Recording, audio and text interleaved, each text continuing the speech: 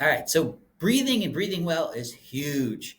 But as the US population in general, the research bears out that 60 to 80% of us have actual breathing dysfunction. And that contributes to pain, headaches, back pain, neck pain, all kinds of things. But it also affects our emotions, it adds to anxiety. There are many things that how well we breathe has impact on, right? So, in other words, everything we do, all tissues are reliant on oxygen and nutrients for health and for life. And so, our breathing systems is what circulates oxygen and gets that actually to our tissues in conjunction with our cardiovascular system. It's also part of how we maintain intra-abdominal, intrathoracic pressures, and it affects how we move and spine stability and spine support. So it's a very powerful topic.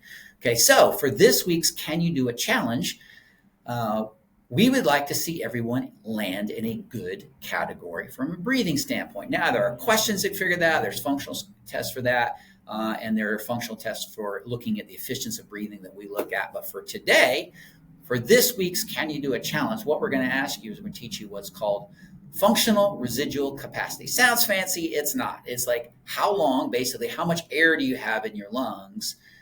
And they're said differently, how long can you hold your breath at the end of a normal exhale? So what you do for the test is you sit up in a nice relaxed position. And all we're going to do is we're just going to do some normal breaths. So breathe in, breathe out, breathe in. So what we're not doing is going, we're not doing like a maximal inhale. All it is just normal breath, breathe in, normal exhale. Then you can pinch your nose. Technically, the way that it's done is you pinch your nose and then you just hold your breath. Time yourself, okay?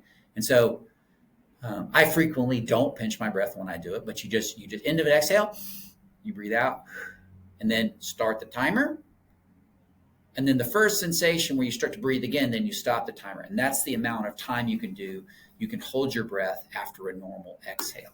So a few breaths, normal exhale, hold your breath as long as you can, then exhale. That time frame gives you an idea of your breathing efficiency and what's considered less than 25 seconds. So 0 to 24 puts you in a higher risk category. In other words, more likely to have a breathing disorder. If you are 35 or greater, then that's considered very good. And then that middle zone of 25 to 34 is considered mild to moderate and could be a breathing dysfunction. That's not the only test that we do to look at things. There's multiple things. There's multiple things that people that we look at and pulmonologists look at. And so there's a lot to that equation, but this is a really good way of telling how good of a breather you are just in general. So for this one, see where you are. See if you hit that good category and you can hold your breath at the end of that exhale for 35 seconds or more. Give it a try. So hopefully you're not in the low bucket, 24 or below. Let's get you past 35 0 or somewhere in the middle or higher. So give it a try. This week's Functional Residual Capacity, Can You Do It Challenge.